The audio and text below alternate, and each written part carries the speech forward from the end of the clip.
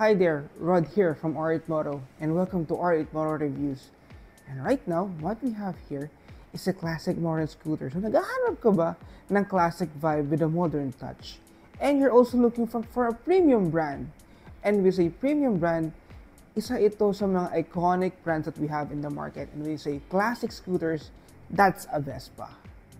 So for the first time, I'm very excited to have a review for the Vespa S125.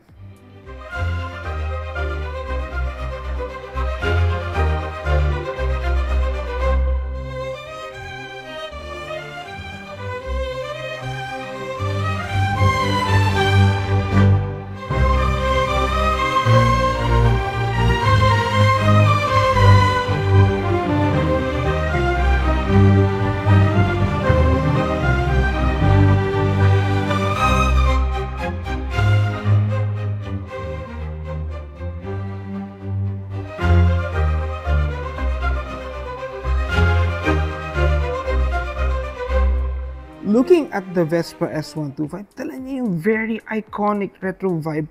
But right now, on this model, nakikita din natin yung mixture of somehow a modern design with the Vespa S125. Sa unit na to, personally, gustong-gusto ko to. Yung black trimmings niya, perfect combination with yellow, ang ganda ng blend niya, and very eye-catching lagi to sa daan. Mukha man siyang modern, pero hindi naman ako compromise yung classic look ng isang Vespa. From the headlight itself, ito mo makikita, yung medyo modern na siya, hindi na siya yung bilog na nakikita. Pero mga Primavera, yes, bilog. But from this end, from the model for the S125, kita mo yung pagka-modern niya eh. May kantuhan na yung headlight niya. And by the way, for the headlight, LED po ito. And from the front, yung mga signal lights niya, ay, common din po ito sa mga Vespa na nandito yung placement ng signal lights from the front.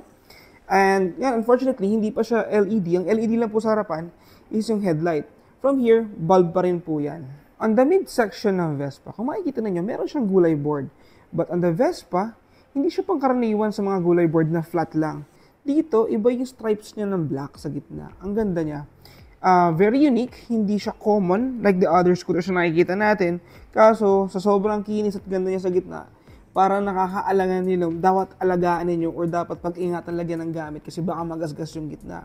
And with that, meron pa siyang branding sa gitna, which is Vespa. Napakagandang compliment for the midsection. On the rear end side of the S125, makikita din dito natin, dito yung classic curves ng S125. Classic, na pansin nyo rin na may halo na siyang modern pero retaining its classic uniqueness on it. And maganda rin dito yung decals niya. Yung racing stripes sa gilid, yung black decals, complementing in black and yellow. Kasama na rin dito yung sporty icon ng S125.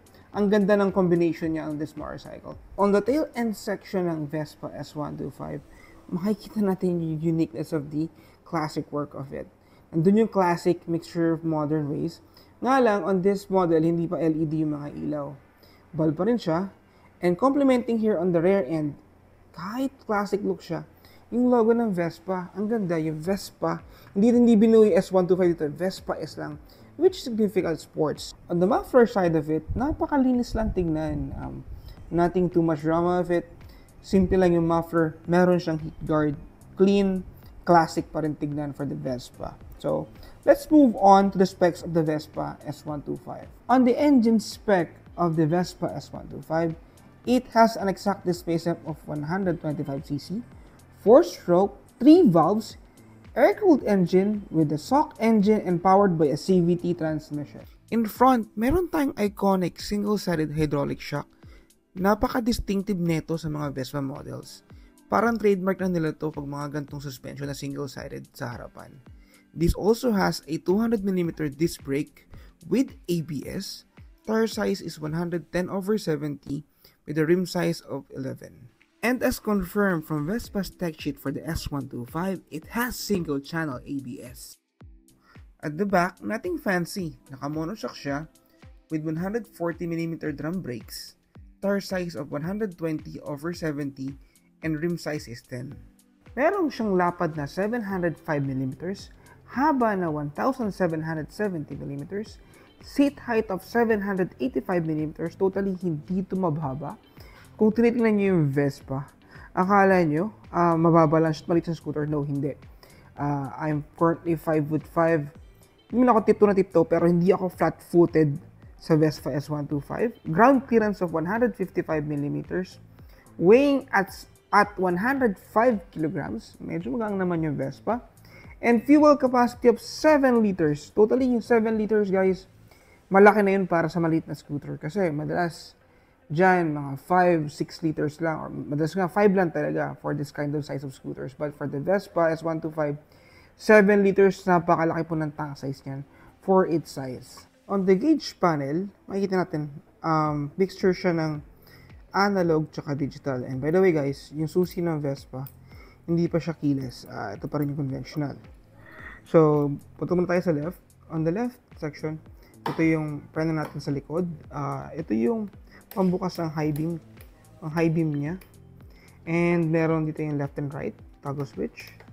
Maganda naman. Kaso, ano yun? Iba lang yung configuration ng Vespa sa switch niya. Iba yung way niya. Ayan o.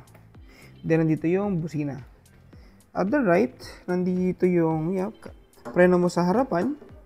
Then, maganda naman yung grips ng stock ng Vespa S125. Meron tayong blanco rito na switch. Siguro there's an option to use this for something.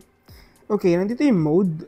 Yung mode, magiging selection siya rito sa digital panel niya. And also on the right, yung ignition switch natin dyan. Ating ignition switch. So, basta natin yung Vespa. So, yan yung startup section niya. So, what you can see, sa taas, ito yung speedometer natin, which is analog. Here is digital. Sa digital, nandyan yung fuel gauge, nandyan din yung total kilometers niya, and nandyan yung time. Sa total kilometers, pag pinindot nyo yung mode, napapalitan yan sa trip A and trip B. So, yun lang naman yung modes niya. Kapag nag-press ka sa trip A, for example, trip A, nag-hold ka sa mode, magsisiro siya. So, kung kailangan mo monitor your kilometers on the ride, ganun siya mag-work. Nandito yung icons ng oil, nandito yung sa headlight, yun, nakita mo, pinindot ko yung headlight switch for the high beam. And then yung fuel, pag yung fuel warning, and also your left and right. Yung left and right niya ganyan na, hindi siya individual na left and right, mostly sa mga scooters. Pero ganyan siya, isa na lang siya. Then, wala rin siyang hazard button. So, yun na naman yung gauge panel niya. Meron din siyang parang hook dito sa kanyang gulay board ko. Kung meron kayong bibilin, meron na kayong hook dyan na pwedeng ilagay yung plastic dyan. O, meron din dito, may band sa upuan. Ito, hinahatak lang. Meron siyang hook. Kung meron kayong mga bitbitin or ilalagay sa gulay board, yan yung setup. In the midsection, meron din siyang USB port here.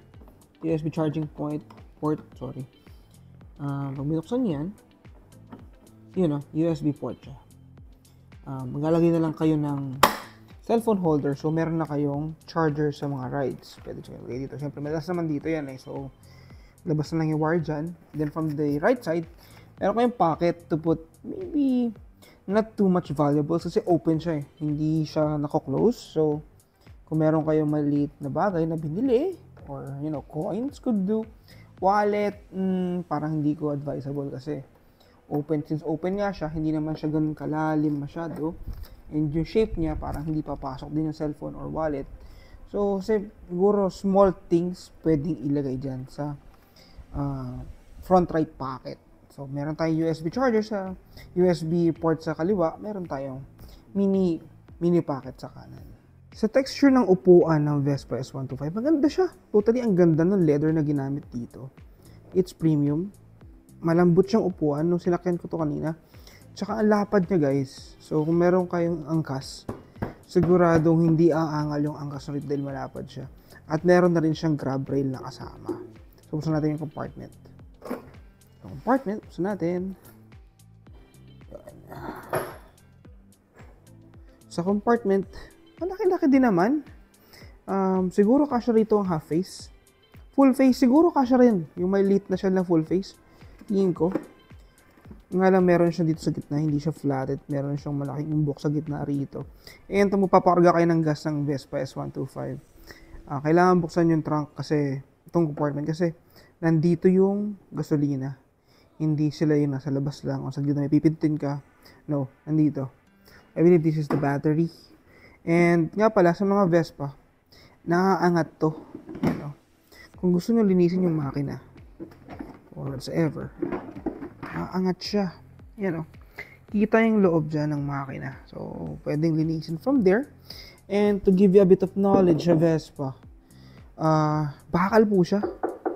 Bakal siya. Buo siyang bakal. You know, dugtong siya na bakal, pero hindi siya yung the common scooters na plastic. So, classic nga siya, Italian made. And a part of it, buong buo po siya. Buong bakal po siya. Ganun yung made ng Vespa. I believe so other models ganun din. Hindi lang sa 125.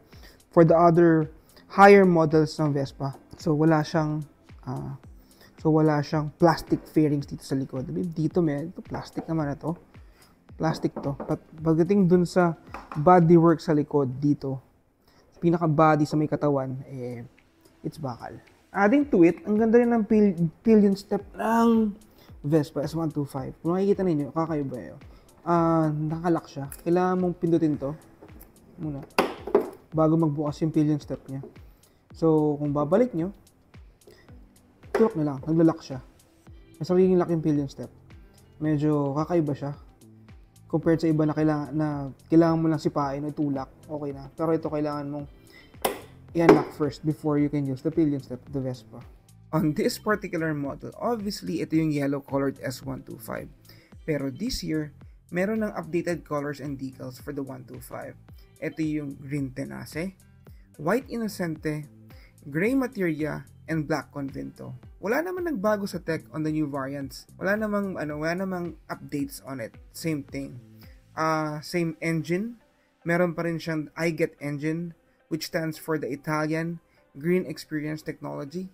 Mas naging low ang gas consumption at mas naging smooth ang makina ng Vespa. More balanced and reliable engine. And the Vespa S125, up to date right now, has an SRP of 160,000 pesos. Kaya join me, let's take a spin for this Vespa and have that right experience and finalize this motor review. Okay, let's go for a spin for the Vespa. So, ang ganda ng framework talaga ng Vespa. Sobrang po, ang ganda. Classic na classic talaga siya. Classic modern So, I'm 5'5" talaga. I'm 5'5". At titignan nyo, akala nyo mababa yung Vespa. Hindi mataas siya. Pag binaba ko siya, hindi ako, so medyo flat-footed naman ako. Pero okay. No issues. Kayang tumukod. Maganda yung side mirrors natin. Ang ganda ng stock niya. Bilog. Kitang-kita naman yun. Kabilaan. Let's go. Let's take this kid for a spin. Ganda ng tunog ng 3 valves diba? Let's go. Okay, so ang Vespa, hindi naman siya ganun, maliit na scooter na talaga siya. So makikita natin ngayon ang kanyang singit ability sa traffic. Kasi ako, ATV user ako, naiilang ako pumasok-pasok minsan. Then syempre, baka di ko matansya But for the Vespa, medyo may confidence tayo kasi maliit lang sa motor I mean, di naman siya ganun kalapad talaga. So, right now, nasa Sukat Road tayo. Put tayo na C5 extension. So, doon naman tayo lagi nagte-testing ng motor Kasi medyo wide yung road doon. Medyo makakapiga tayo ng konti rin just to test the power and the handling of the Vespa S125. Singit ability, laki naman. So with the position naman, relax naman ang position kasi maliit na scooter na naman siya Relax naman siya. Iba yung upright Iba yung, para sa akin kasi dito sa relax position talaga na mababa siya mababang scoot siya. When it comes to handling, ito pansin ko mula kahapon pa ginagamit ko siya. Pilit kang dinadala ng Vespa sa gitna ng center of gravity ng motor. For example, bumangking kaliwa or kanan, dinadala ka sa gitna ng Vespa Hindi yung handling niya kasi nga ina-align ka niya sa gitna. For example, bumangking ka ng kaliwang ganyan,